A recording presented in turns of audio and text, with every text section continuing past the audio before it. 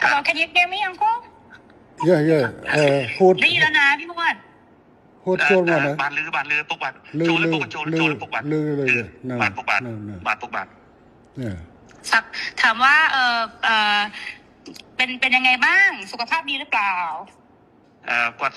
ក្មួយសុំសួរពុកមាថាមិនដែរសុខភាពល្អអត់សុខភាពមិនដែរ ở đây đó đây sôm o cun ngày ngày ấy bồn ở phục phong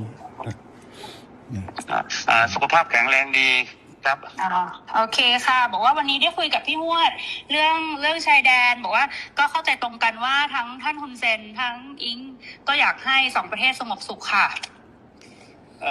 មិញគាត់បានទៅជែកជាមួយខ្ញុំបាទនៅសន្តាគារហើយបានឯកភាពគ្នាដោយអ្វីដែលពុកបានប្រាប់ថាចង់បានសន្តិភាពស្ថិរភាពប្រទេសទាំងពីរពុកបាទบอกว่าไม่อยากให้อังโคไปฟังคนที่เป็น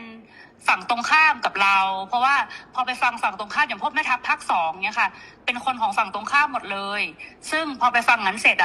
ก็ไม่อยากให้ท่านรู้สึกไม่ชอบใจหรือโกรธเพราะจริงๆแล้วไม่ใช่ความตั้งใจของเราเลยค่ะគាត់ថាសូមអនុញ្ញាតពីពុកថាពុកកុំឲ្យស្ដាប់សម្ដីមេតបភូមិភាគ2ហ្នឹងក៏វាជា